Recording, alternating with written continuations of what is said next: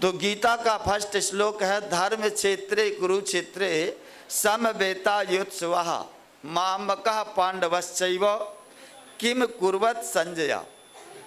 धर्म क्षेत्रे कुरुक्षेत्रे समवेता युत्सवः। धृतराष्ट्र संजय से पूछता, यह जो गीता है, गीता का संवाद 3 जगह से हुआ है। याज्ञवल्क्य जी ने जन्मेजय से कहा है, याज्ञवल्क्य जी जन्मेजय से, और संजय धृतराष्ट्र से, और भगवान श्री कृष्ण अर्जुन से कह रहे। अर्थात यह 3 श्रोता और 3 वक्ता हैं इसमें जो श्रवण कर रहे। चौथे आप लोग हैं और हम हैं, आप लोग सभी श्रोता हैं। तो धर्म क्षेत्रे कुरुक्षेत्रे समवेता युत्सवा मामका पांडवश्चैव किम कुर्वत संजय। संजय से धृतराष्ट्र महाराज पूछते हैं कि धर्म क्षेत्र में दोनों सेनाएं एकत्रित होकर के हमारे और पांडव के पुत्र मामका पांडवश्चैव किम कुर्वत संजय। मामका माने मेरे और पांडवों के पुत्र। अब जो धृतराष्ट्र का भाव है, इस श्लोक से धृतराष्ट्र का संपूर्ण भाव, उनकी मानसिकता पूरी स्पष्ट होती है।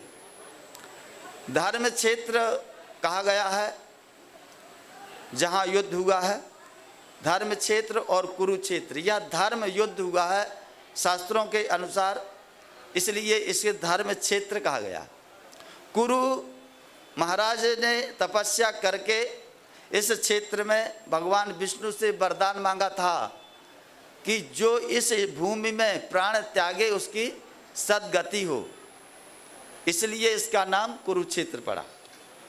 धर्म युद्ध कहा जाता है। महाभारत का युद्ध 2 मानसिकताओं का है, 2 मानसिकताओं। आज भी महाभारत का युद्ध चल रहा, बंद हो गया ना?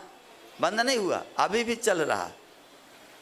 महाभारत का युद्ध आज भी सबके हृदय में, सबके मन में चल रहा है।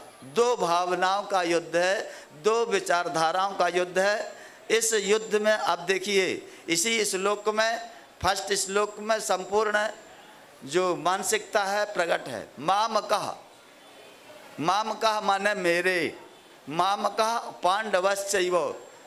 धृतराष्ट्र महाराज कहते हैं मामकः माने मेरे। तो धृतराष्ट्र कौन है? राजा। धृतराष्ट्र राजा हैं, और राजा को प्रजा के साथ या परिवार के साथ में कैसा बर्ताव करना चाहिए, इस बात का ध्यान धृतराष्ट्र महाराज ने नहीं रखा। क्योंकि राजा का काम है मुखिया मुखसो चाहिए, खान पान सब एक, पालय पोषय सकल अंग, तुलसी सहित विवेक। धृतराष्ट्र राजा है, राजा यानी मुखिया, परिवार के मुखिया। 2 परिवारों नहीं, एक परिवार का युद्ध है। भाई भाई का माने एक परिवार का है।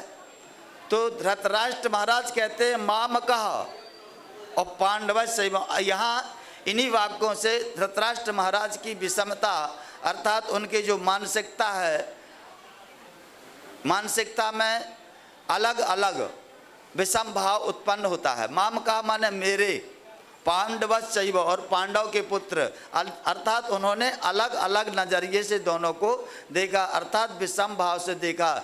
जबकि राजा का यह कर्तव्य है कि वह सम भाव से देखे। मुखिया मुखसो चाहिए, खान पान सब एक। गृहस्थ जीवन में अपने परिवार में यदि 4 भाई हैं और 4 भाइयों में से आपका परिवार अगर सुरक्षित आप रखना चाहते हैं, आप यदि चाहते हैं कि हमारे परिवार में फूट ना हो, तो यह बात नहीं आनी चाहिए। मामकः माने मेरा।